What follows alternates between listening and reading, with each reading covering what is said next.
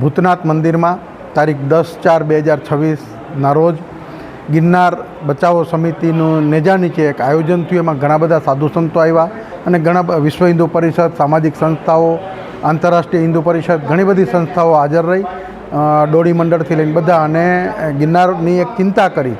કારણ કે ગિરનારની જે કોઈ સનાતન જગ્યાઓ છે, જે પુરાતન જગ્યાઓ છે, એની ઉપર ક્યાંક ને ક્યાંક પેશકદમી થઈ અને ક્યાંક ને ક્યાંક પોતાની જગ્યાઓ છે એવું ખોટું રેકર્ડ ઊભું કરવામાં આવ્યું અને લેન્ડ રેકર્ડના અધિકારીઓ દ્વારા, કોઈપણ સંલગ્ન વિભાગો દ્વારા ખોટું રેકર્ડ ઊભું કરવામાં આવ્યું। આ ગંભીર ગુનો આચર્યો છે લેન્ડ રેકર્ડના અધિકારીઓથી દરેક જગ્યાએ, અને એવું સાબિતી સાથે બતાવવામાં આવ્યું। કારણ કે મૂળ 40થી 42 જગ્યાઓ સેટલમેન્ટમાં હતી કે પોતાની હતી એ નક્કી હતું, એની બદલે અત્યારે 125થી વધારે જગ્યાઓ કોઈ બીજા સંપ્રદાયની, બીજી વિચારધારાઓની જ્યારે થઈ ગઈ હોય ત્યારે આ કોના કહેવાથી લેન્ડ રેકર્ડના અધિકારીએ આ ગુનો આચર્યો છે એની ઉપર પણ FRI થવી જોઈએ।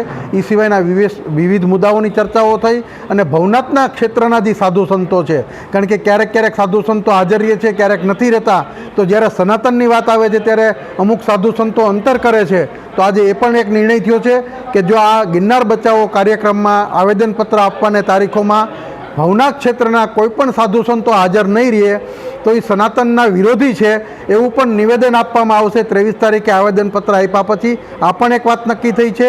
સાથે સાથે જૂનાગઢના 15 વોર્ડ કોઈપણ પાર્ટીના કોર્પોરેટરો છે, આગેવાનો છે, તો ગિરનાર આપણા બધાનો છે, ગિરનાર થકી આપણી રોજીરોટી ચાલે છે અને ગિરનાર થકી તમારા બધાનું રાજકારણ ચાલે છે। તો આ 15 વોર્ડના કોર્પોરેટર પછી કોઈ પણ પક્ષના હોય એને પણ પોતાનો આમાં સહયોગ આપવો જોશે, અને જો સહયોગ નથી આપતા તો અમે નિવેદન આપશું કે તમે ગિરનારના કે જૂનાગઢના અહિતકારી છો, એટલે આવનારા સમયમાં તમને પ્રજાએ ચૂંટવા કે ન ચૂંટવા આ પણ નિર્ણય કરવામાં આવશે।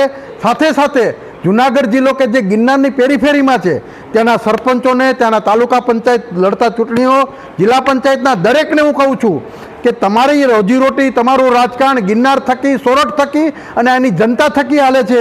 હિન્દુત્વના નામે કે બીજા કોઈના નામે તમે મત માગો છો, તમે જીતો છો, પણ જ્યારે ગિરનારની ચિંતા કરવાની આવે છે ત્યારે એક પણ સાધુ સંત ઊભો નથી રહેતો, એક પણ રાજકીય વ્યક્તિત્વ ઊભું નથી રહેતું, અને ફક્ત ને ફક્ત પોતાના રોટલા શેકે છે।